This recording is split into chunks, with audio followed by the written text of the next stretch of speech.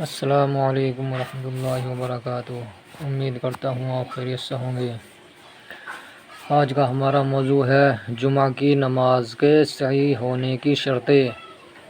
Number 1، مصر یعنی شہر یا قصبہ، پس گاؤں یا جنگل میں نماز جمعہ درست نہیں، البتہ جس گاؤں کی آبادی قصبہ کے برابر ہو، مثلاً 3-4 ہزار آدمی ہو، وہاں جمعہ کی نماز درست ہے۔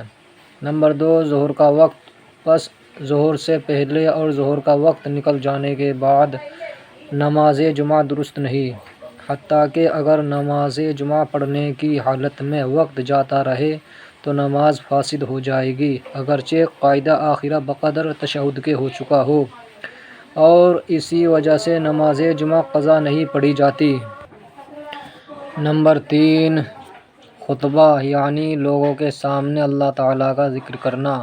نمبر 4، خطبہ کا نماز سے پہلے ہونا، اگر نماز کے بعد خطبہ پڑھا جائے تو نماز نہ ہوگی۔ نمبر 5، خطبہ کا نماز ظہر کے اندر ہونا، پس وقت آنے سے پہلے اگر خطبہ پڑھ لیا جائے تو نماز نہ ہوگی۔ نمبر 6، عام اجازت کے ساتھ علی الاشتہار نماز جمعہ پڑھنا، پس کسی خاص مقام میں چھپ کر نماز جمعہ پڑھنا درست نہیں۔ اگر کسی ایسے مقام میں نماز جمعہ پڑھی جائے جہاں عام لوگوں کو آنے کی اجازت نہ ہو، یا جمعہ کو مسجد کے دروازے بند کر لیے جائیں تو نماز نہ ہوگی۔